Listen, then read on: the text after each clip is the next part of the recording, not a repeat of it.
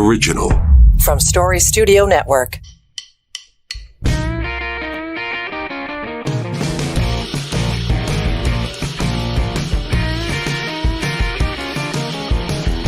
The Fox News Decision Desk can now officially project that Donald Trump will become the 47th President of the United States. Donald Trump has won the state of Wisconsin, which means he is the winner of this race and will return to the White House as this country's 47th president. And for so many of you watching right now, that news is, to say the least, a lot to digest. It is now official. CNN projects that Donald Trump has been elected president, defeating Vice President Kamala Harris and making a political comeback unlike any.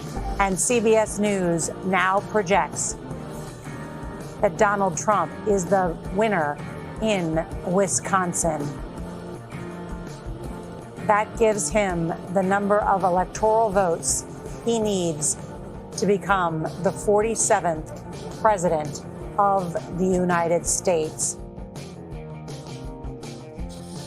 Yeah, you heard it right. Did that CBS anchor sound like she needed a back rub while she was making that announcement last night? Or early this morning, I guess, is more to the point. Here we are. It's Now and Next. And it is the morning after of the reckoning. You know, in 2016, we all kind of woke up after the election night and thought, holy shit, what happened? We didn't see that coming. Well, you know what? In this case, we kind of saw it coming. And so here we are on the verge of the second presidency that will be Donald Trump. He is the 47th president-elect now and ready to take office on the 20th of January. So it's actually good timing that we've got our comms and strategy team all set to go around the table here on Now and Next. And, well, Lindsay Broadhead is here this morning. And, of course, Bob Reed is in the house, Anne-Marie Aikens, and we've dropped an F-bomb in there. We figured there may be a few. So just a warning, if you're triggered by the F-bomb, there may be a few this morning. And Brad Ross, of course, with us this morning. And we want to kind of get around to the larger conversation around, you know, how is it that we got to this point? But I just kind of want your just initial takes. Bob, what about you? Well, I was surprised. I was surprised at not necessarily the final outcome. I mean, it was possible that Trump could do it, but it was interesting as the night unfolded and watching the returns and a couple of squares on my drinking game where it's still very early. It's too close to call, and blue wall was my right bower. But as things unfolded, what I noticed really quickly was there were no surprises. And the late campaign narrative that was at play out there was that we could maybe expect some surprises. There was this notion that the wheels had fallen off Trump's campaign, that it was collapsing, that there was a real sense of panic within his team about how the numbers were looking, that he was seeming tired, he was seeming almost defeated, that Harris had the momentum. So I was anxiously looking for some signs of some surprise. And what did we see instead? Trump was competitive everywhere, and especially in the battleground states that he needed to be throughout the course of the night. There was no massive surprise on the Harris side of things. It's not like there was no holy shit moment. Look, she won that state. We didn't see that coming. None of that happened. And so the longer it went on, the more that the numbers lined up, that fleeting narrative that fasten your seatbelts, there could be some real surprises, didn't happen. And then it got very surprising to me watching the popular vote numbers, because let's remember in 2016, Trump lost the popular vote, but won the presidency thanks to the Electoral College math. This time around, he won decisively in the popular vote as well as the Electoral College. Lindsay? Well, to build off of what Bob was saying, this for me was, I was worried about a vote that wouldn't be definitive. I was worried about the consequences of being too middling and too close. This was not that. It was a definitive vote. And I think it was a definitive vote for definitive action. And I'm sure we'll get into messaging shortly. But Trump served up clear, concise, action-oriented items on his to-do list. And I think what sits underneath that is, this ain't about truth. This ain't about who delivers the message. It's about the story. It's the story of hope and a promise, I think, for an American dream that is slipping away. That's debatable perhaps, but it's this story that was served up that voters top to tip in that country leaned into. And I think it has really interesting potential implications for Canada as well. Brad, what do you think? Yeah, I agree with Lindsay on the storytelling piece. I think the myth of the man, that savior, the Messiah, who with all the character flaws, we heard over and over again, his supporters acknowledged his character flaws, but they didn't care. And I think this was more than Donald Trump. Now it became 4 years of people believing that that inflation was affecting them, and of course it was in many ways. But they really just grew tired of I think of the current administration, and I'm sure we'll get into all the flaws in Biden taking so long to step down, and that here we are now. I got to ask, if the Democrats stole the 2020 election, why didn't they steal this one then? Because it just, it's not making sense for me. And I think most Americans don't believe the Democrats stole 2020. They liked what Trump was saying as much as in terms of his policies, air quotes for people not watching. So there's my hot take. Anne-Marie? Well, if you ask me, the question I think was what was my initial reaction, and it was, of course, an emotional reaction. I have lots of fears and anxieties and worries about what this means, and but the last week I started to suspect that the Harris government the Harris team was starting to was underestimating completely just how pissed off people were, and upset and scared and afraid since 2020. And I talk about it a lot, and I know people don't want to talk about it, but the post-pandemic reality for the how people are feeling and the economy and that impact on people's daily lives. They just know that they didn't have these issues when Trump was in power. They aren't connecting it to the fact that we had a global pandemic, but they are connecting it to that he just was, a magician, and he's going to fix all of their problems. But I think the one thing I want to say before I forget is that what I really learned this last week was that pollsters and pundits, including all of us, are really talking out of our ass. We have no idea. And we really have to look at what pollsters are doing and how they're reaching the silent voters, that they aren't reaching them. So the polls are wrong all the time, but we seem to, we report on all of them. We talk about all of them all of the time. And that informs a lot of what pundits say. And as a result, they're so wrong. We're all wrong. Well, let me suggest for a second that we in the media, generally writ large, have looked at polling as being predictive. And, if there's ever been an opportunity to say this out loud over and over and over again, it was now. They are not predictive. You will all know that you have done your own level of research, and it's a snapshot of what's happening in the moment we ask the question. And to your point, Anne-Marie, some of the people are just going to say, fuck off, I don't want to talk about it, or they're not going to tell you the truth, or whatever it might be. But to suggest for a second that polling is at a level where it can be predictive, it's not. And, so that's my big issue with a lot of that conversation. The other side of it is, media only talked about the polls, Bob. That's all they talked about through this entire campaign since Harris took over as the nominee for the Democrats. What do the polls say? What do the polls say? Well, the polls say, well, the polls.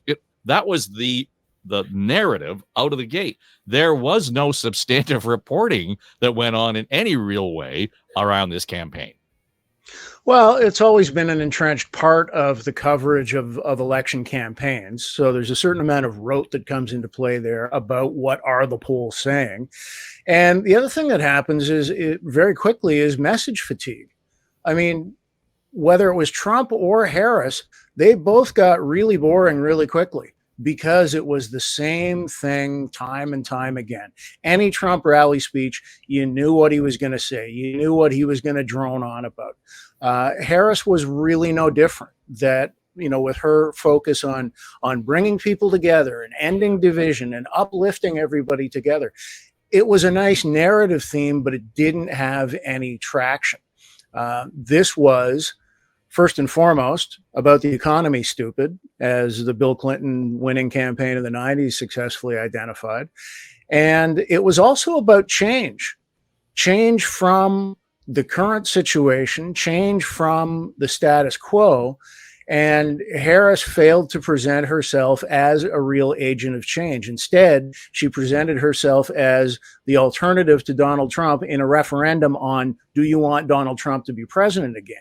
And that's where the Democrats really strategically missed, I think, because what people were thinking about is, how is everything so fucking expensive? And why do I feel like I'm not getting anywhere? And then they hear Trump saying, hey, remember when I was in office? Remember how good things were then? I can do that again. I can do that in a heartbeat. And a lot of people bought into it. Well, here's the problem. And I think Bob nails it, Anne-Marie, because I heard the surrogates for the Democrats last week alone talking about, the young black men voting and black women voting, et cetera, and all this stuff, and how they were worrying about leakage to the GOP. And, one of the senior Democrats was saying, well, we just have to connect the dots with them. And I'm screaming at the television saying, you're connecting the wrong fucking dots. They've got dots out there that don't matter to people. And that was the downfall. I'm convinced it's got nothing to do necessarily with how well Trump resonated with the nation generally. It's that they had blinders on from the word go, whether it was Biden or Harris in the chair. I think you're right, and to a certain extent, I think they're absolutely right. I think Trump, his politics were about grievance politics. So he fed into that. So one thing they must have really appreciated and got, that on a ground level, people are worried, just like in Canada, worried about their housing and worried about their jobs and worried about why can't they pay for things? Why at the end of this month I have no money left over? And 5-6 years ago, I did have money left over. So nobody connected it to the pandemic, at least of all Trump. He didn't want to do that because he wanted to put the blame for why they were in the economic state they're in into the Biden administration, where countries around the world that lockdown, that impact on the economy is going to be felt for years. And we're going to come out of it, and we are starting to come out of it. And then Trump will be able to own that as well. So I think what, his politics are all about everything is bad, everything is broken, and I'm the one to fix it. Where Harris was trying to counter that with this positive view of the U.S. is the greatest country in the world, and we all love each other, and which discounted the way people are actually feeling.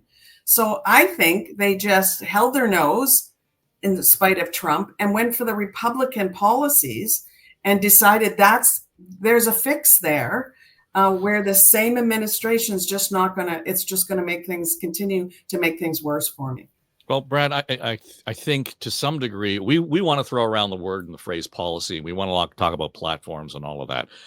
I don't think that the general electorate, whether it's in this country or stateside, is getting down to, well, what's Donald Trump's policy on, the central bank or whatever it might be. I don't think there's a whole lot of vigorous conversation going on among there's the general concepts of public. policies, Dave. There's concept of policies. There's a concept of policies. So, I just think that he, say what you will about him, he was smart enough in 2016, smart enough in 2024 to say, this is what is pushing an emotional button with people. And I'm just going to keep pushing that bloody button. And that's landed him back in the White House. Exactly. For sure. I think, you talk about connecting the dots. I think the Harris campaign were halfway there by her, saying that she's not Donald Trump, right? She spent a lot of time telling people she's not Donald Trump, and not enough time telling people who Kamala Harris is. And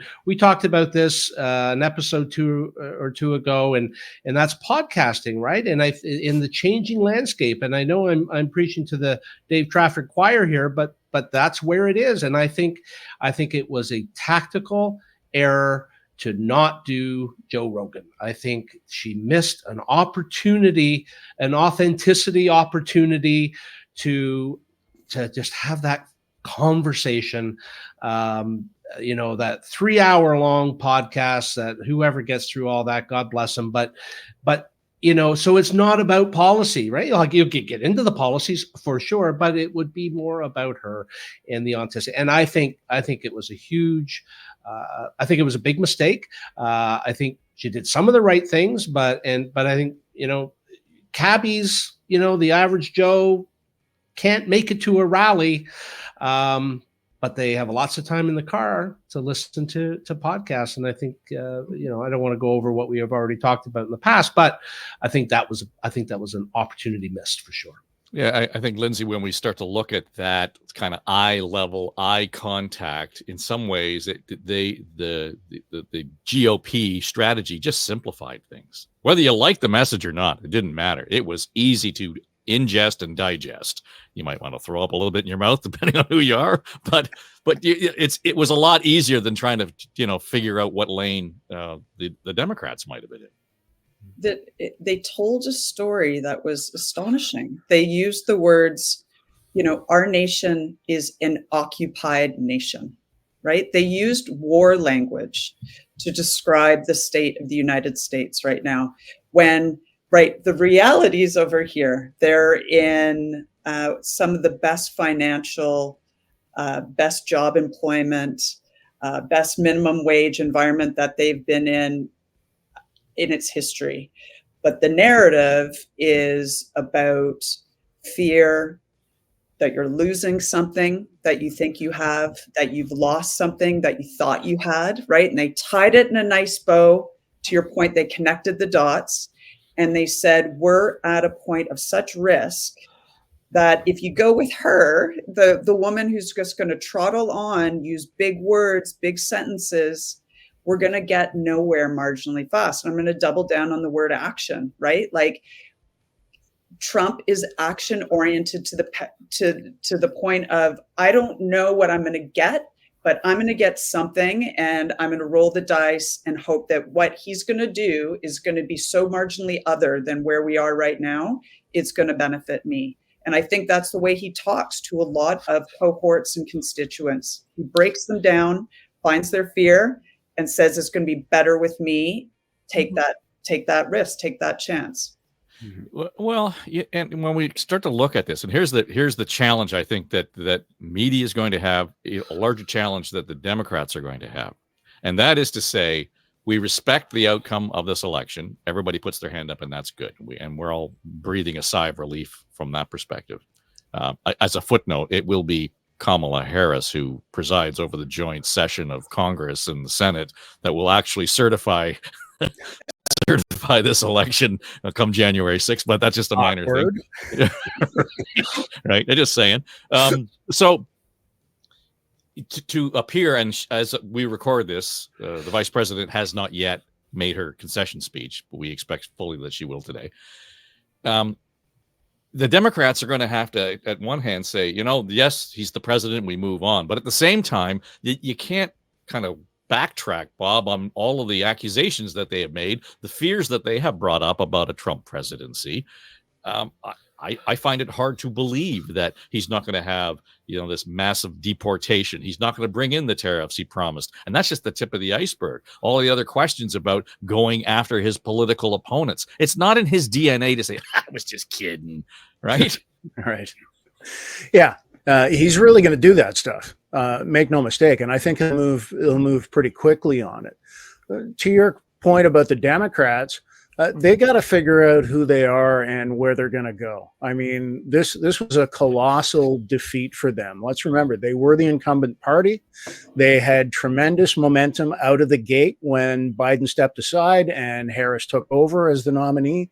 So there was a lot in their favor that they weren't able to capitalize on, and they weren't able to connect with grassroots America that elected Donald Trump as the next president. The Democrats have become the elitist party in the U.S. And if you just look at the endless number of maps we saw last night, you can draw a blue circle around every major urban center. But as soon as you get outside of that, it changes. So the Democrats have to do a fundamental retool. They have to come to a new understanding about how is it they communicate to and connect with that heartland rural voter that Trump has done such a good job of capturing and connecting with. That's what the Democrats need to do moving forward. They have to figure out what are the dots, like you said, Dave. They were connecting the wrong ones during this campaign. So what are the right dots, and how do they connect them, and how do they get there? And can I add on yeah, that? Because Bob, I think you've hit the nail on the head in terms of the Democrats being perceived as the elitist party. But also, and I don't know if you guys saw the New York Times piece earlier this morning, but when they calibrated some of the numbers, Trump's margin increased in over 2,300 counties. Like his on the ground efforts in, I'll call them suburban rural counties, through the roof. So to your point, Bob, what is the Democratic narrative that's connecting with that population? I don't know. I don't know, but they've lost all of the amazing roots that they had historically with those families. So that's what has to be rebuilt. Hit the nail on the head. Well, even in terms of rebuilding, I mean, let's not forget that the Senate swung to the Republicans last night as well. It looks like the House is on track to do that. And even if it's not, it's going to be so close, it'll be very difficult for the Democrats to do anything, even to hold legislation up in Congress. So what happens there? I mean, if we look at it a week from now, Anne-Marie, we have Trump as the Republican president with the Republican Supreme Court and a completely Republican Congress. There's little he can't do. Exactly. And I think that's probably scares me more than anything. And emboldened and empowered, both of those things, Trump really does scare the shit out of me because I think he is going to do it. He has 4 years to play around and do anything he really wants to do. And I think there'll be all kinds of immediate consequences. If you're an NGO in the US, forget your funding. I think you've lost it. It's going to end. We're coming to, as soon as he's in power, those are kinds of things they'll do. He's going to right away make sure that he is pardoned and that he can seep into the states where he's got charges, all those different charges he's got. Keep in mind, in sentencing and all kinds of things, he'll be focused on getting rid of all of his legal troubles. He'll be, he really doesn't have, as you said, anything to stop him or hold him up. So I think he's just going to start doing the things he always wanted to do with as kind of as he always did, but now even much more emboldened and empowered. Well, I just did a fact check this morning, and it was June of 1215 that we had the Magna Carta was established in the UK, and that's when King John just decided that kings and governments were not above the law. But here we go. I'm predicting we're going to have a hashtag MAGA CARTA 2025. And I'm only being half facetious on this. right? Because I think it was very deliberate, clever for him to distance himself from Project 2025, and the media never really jumped on that. They just kind of went along. What do the polls say? What do the polls say? What do the polls say? And they talked about it a little bit, Brad, but there wasn't enough kind of connection there.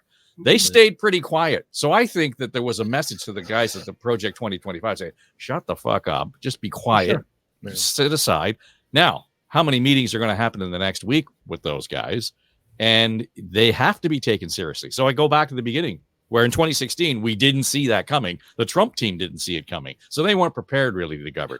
They have been working on this hard for months. They're ready. And they're going to put people in place who are, you know, a little scarier than the first crew we saw.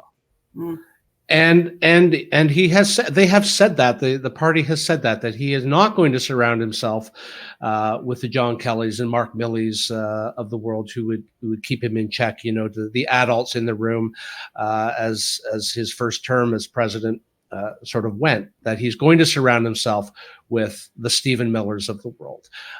So yeah, it is kind of frightening from that perspective, because he's threatening, you know, some pretty basic principles that this country prides itself on. So the other thing, though, is he told America who he was. He didn't mince his words. He told people who he was day in and day out. And Americans yesterday said, well, all good. We don't care. We care about the economy. We care about the border. And they're not taking him seriously. Or they don't take what he says seriously. And I think there's a check and balance now that, as we noted, if the Senate has swung Republican, if the House remains Republican, we know how the court is currently stacked. So, and then now the executive branch, what's he going to do with the DOJ? There's a whole lot now we don't know. Lots of speculation. All sorts of things will be written between now and January 20th, and sky is falling, et cetera, et cetera. I'm really super hopeful that you know, because he is so mendacious, that none of this will come. A lot of this won't come to pass. That he just said a lot because he's such a great con man, that he conned the American people into voting for him so he can stay the hell out of prison, and that it will be pretty much status quo. There will be some things he will do that will be quite egregious and outrageous, but by and large, I remain hopeful that it remains in check. Maybe call me naive, but. Well, I think the phrase around yesterday was nauseously optimistic. So we're still, some of them still suffering from that. But I mean, Bob, I hear that, and that makes mature, obvious sense. But here's my issue: is this is not about Trump anymore. This is about the momentum of the movement that is Make America Great Again. And we can remove Trump from that. The movement is going to continue with a good deal of steam behind it. So with or without Donald Trump saying, I want to do this, you're going to have all kinds of members of the movement who are going to actually push some of this forward. Yeah. As a result of what transpired last night, MAGA is now the heart and soul of the Republican Party. The Republican Party is no longer what it was under even recent previous administrations. It has now been fundamentally redefined to be the voice and the vehicle of that ilk of Americans. And Trump didn't create them. I said this in 2016. Trump didn't create what we saw in his first government, but he did unleash it. And now he's legitimized it in that movement has now decisively elected a president, and elected one who was fairly disgraced as a former president. So the power of that movement and its ability to wreak havoc and fundamental change is one of the frightening outcomes of this, because it has no guardrails around it. Right? Harris campaigned a lot about, imagine Donald Trump in the White House with no guardrails. Well, now you've got the whole MAGA nation without guardrails, because they won, and they won handily. Yeah, Lindsay, this wasn't about just electing him and giving him a mandate. The American people gave MAGA permission. Everything I was ever taught in high school or in university about politics and leadership was that the assumption is it's a rational player, especially in the West, right? Everything about it was so. Where we are now is the opposite of that. Like you look back to the various Bush administrations, like that all seems like, remember, we were all like erupting with emotional responses and the impact that was going to have. That era seems immensely rational and predictable almost, like despite all the chaos and wars.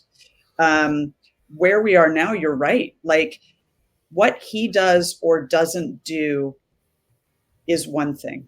But what he has done is is able to now do is he's now able to enable people who are not rational, who want power, who are online crazies, who think they have now the right to do certain things. And it is worrying across the board. And it's worrying across the board on parts of the story we haven't even yet touched, right? Female rights, female reproductive rights are, regardless where you sit on the argument, these women's lives are now at risk. And I'm going to, we now, I feel, have to stand up and start talking about this more objectively. The lives of, I don't know how many of thousands upon thousands of immigrants, their lives are at risk because he's enabled people on the ground to act in a way that is outside of the law. And I know that may be, I don't know, a more extreme, fearful view of this, but that's what exists. And I think it exists in a very objective way. What happens will be determined, but it exists now in an objective way. Well, and dystopia aside, I mean, I was reading The Economist last week. Okay, and you talk about a rational, sort of logical approach. That's pretty good journalism. They're talking about the tariffs, Anne-Marie. They're talking about the various approaches to, NAFTA, or what is now the rejigged agreement between Canada and the United States and Mexico. The question around EV investments and, all the relationship with China. The headline indicating, well, if he wins, we're facing the high possibility of a global recession. So all of the things that he was wagging a finger at the Biden folks over, were probably going to be accelerated and exacerbated just based on his America first. And it's going to be really difficult for countries around the world not to get caught up in it. There's no possibility that we here in Canada or the folks in Europe or in Asia or anywhere in the world are going to be able to sit back and say, okay, let them work their crazy shit, batshit crazy out of them over the next 4 years. We'll be fine. There are some serious implications of all of this happening. Yeah, we have between Canada and the U.S. We do. I think the number is $3.4 billion a day in bilateral trade. So it's a really important big thing. So if he decides to put tariffs, for example, I have a hard time believing it because the trade that the U.S. gets with Canada, especially energy production, is that wouldn't be something he wouldn't want to risk that. But he also believes that Elon Musk is just the most brilliant businessman. So it's very hard to rationalize anything. But I think that's why MAGA decided they capitalize again on how people feel. There's a fundamental distrust in politicians, which has seeped down into a fundamental distrust for mainstream media. So those two things they fed into. And so they've been running with somebody that's the anti-politician, where the Democrats ran a politician. She's a politician. She comes across as a very, very skilled, brilliant lawyer. But again, as Lindsay said, in that elite, people, if you're in this elite the categories of people that you would relate to her. But Trump is this kind of everyday buffoon that they had for 4 years, and he didn't destroy their lives. They think now, looking back, their lives were better. So I think even though he talks a lot of talk and says a lot of crappy, stupid things, they kind of don't believe it. I think they just know my life was better under Trump. And so that's why I think fundamentally they thought there isn't a risk, even though he says crazy stuff every day. I don't think people just believed it. I laughed during the campaign when Obama did a couple of keynotes at Harris rallies, and made no bones about how pissed off he was that Trump's mantra was, remember how strong the economy was when I was in office? Remember how well you were doing? Remember how great everything was going? Obama said, yeah, that was my economy.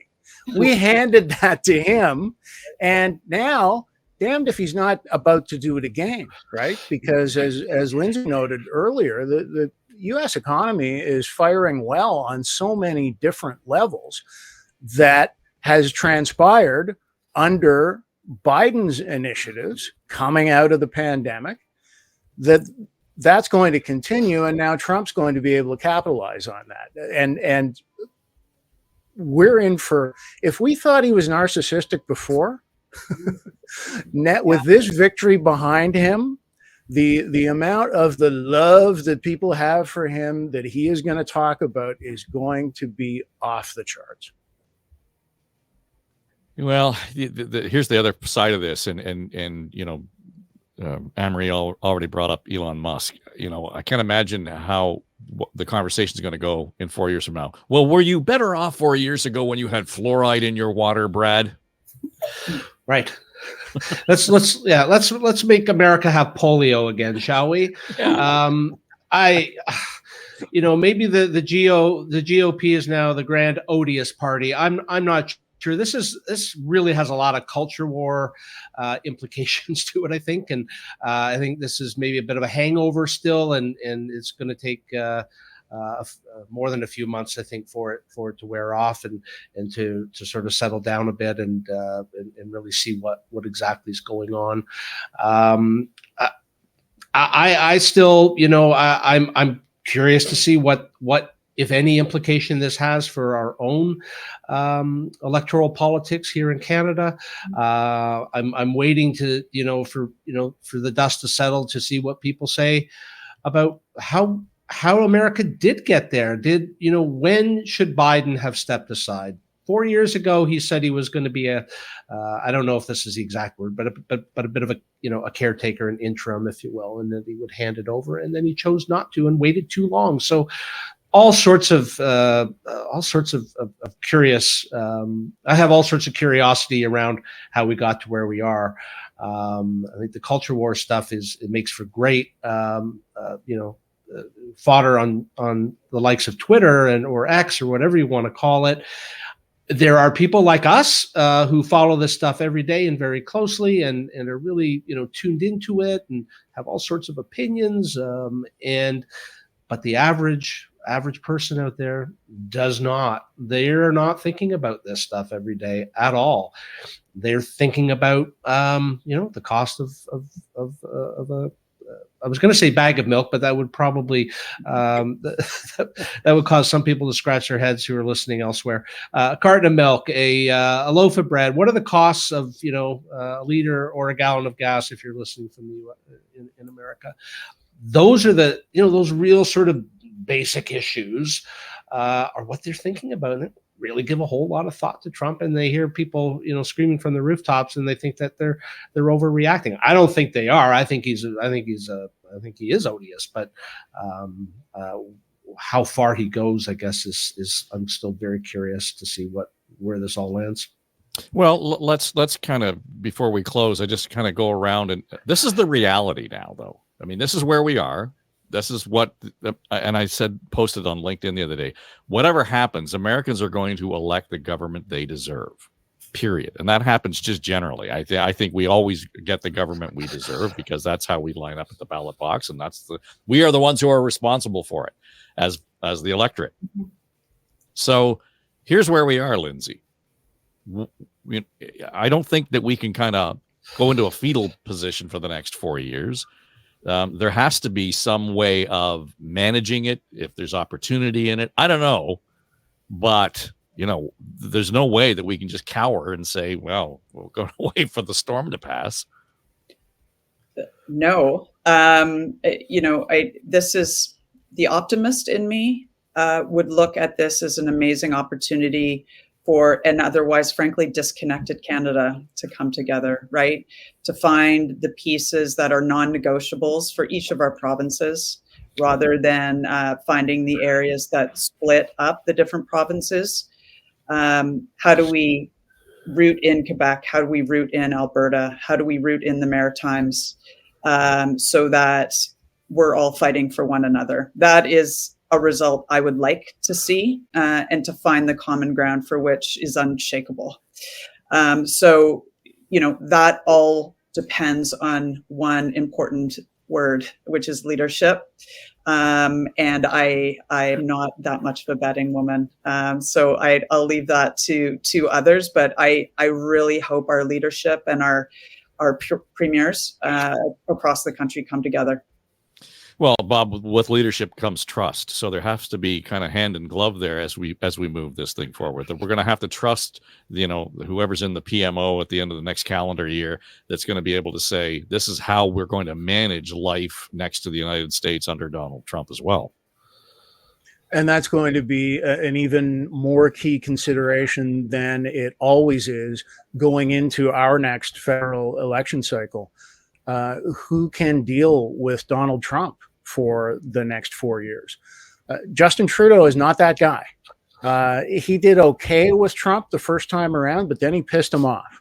And Trump has no time for those who piss him off. So it's going to be fascinating to watch how Ottawa deals with this and moves forward now. If they're smart, they won't have Trudeau as their point man in terms of dealing with the U.S., of dealing with the administration. I'm not sure it's Chrystia Freeland either, but it certainly shouldn't be Justin Trudeau fronting Team Canada as we try and move forward now and grapple with the inevitable bilateral issues that are going to be brought into play by a reelected Donald Trump.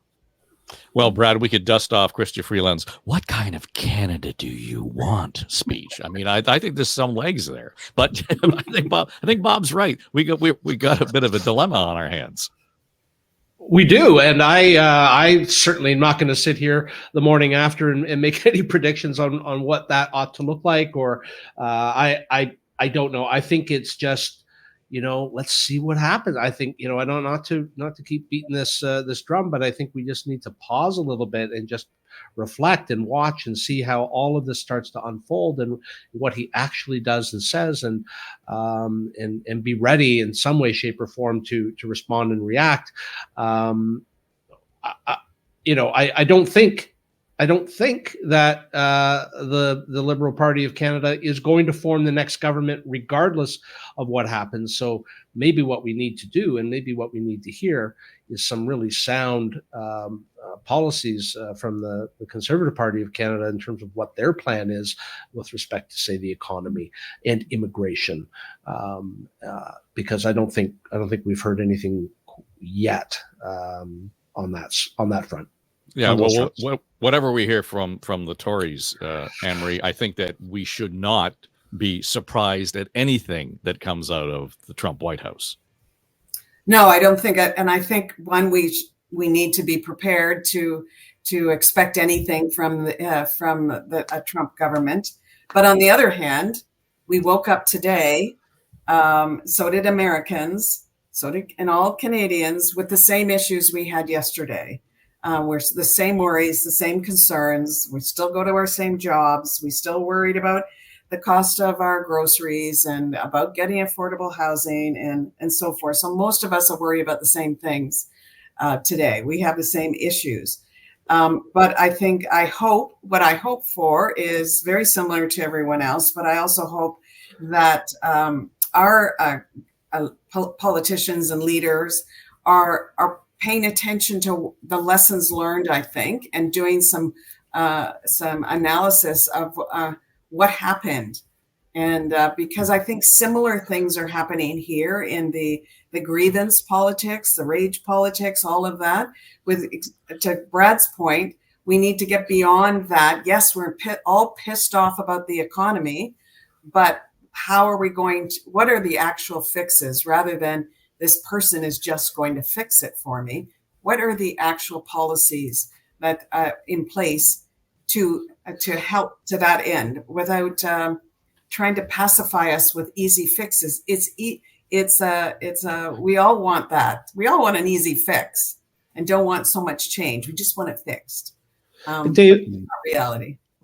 Yeah. Dave, if I can, the one thing that we haven't spoken about, and maybe we leave it for now, but is Russia and the Ukraine and NATO, and I think that honestly, that is the one thing that does really truly worry me, is security of what is happening over there in Europe. That is, I think, a real unknown that we should be paying very close attention to. Great segue Here. into our wrap, because here's what I want to tell people. As we record this on the 6th day of November, we're preparing to do a Now and Next live, and we're going to be at the Public Affairs Association of Canada in Toronto. They're having their annual gathering at George Brown College down on the lakeshore. I'm just excited to go and see the new building at the campus because it's built out of mass timber. It's wooden. It's the coolest thing, right? So I'm quite excited about that. So we've convinced the crew here. We're all going to gather for our live version of Now and Next. So we'll have to put that on the list of things to talk about, because I think that will pique the interest certainly of the audience in the room, and we hope certainly the folks who subscribe on YouTube or listen on the various audio platforms, Apple and Spotify, etc. So if you are watching on the YouTube, subscribe. That's great. If you've got a comment, awesome. But we really would like to hear what you think about the show. So if you want to leave us a talk back message, you can do that. Speakpipe.com/now and next. I'll leave the link in the show notes for you. But we've just kind of launched this, so we're actually interested to see what you guys have got to say. So whether you're watching on YouTube or listening on Apple, Spotify, etc., you're able to jump in and leave us. And I guarantee you, highly likely, that if you leave us a message, we'll include it in part of the programming coming up. So that's just good fun. So it's speakpipe.com/now and next to leave us a talkback message. So Brad Ross, thank you. It's always good to see you and talk to you. Anne-Marie fucking Akins, I think is what we were hoping to say this morning. Bob Reed is here. And of course, Lindsay Broadhead bringing her insights and humor to the whole show. Thank you for listening and watching. We are having a great time just kind of watching how this audience has developed, specifically since we launched the show in a video form. Those of you who are longtime subscribers on the audio platforms, thank you for hanging in there.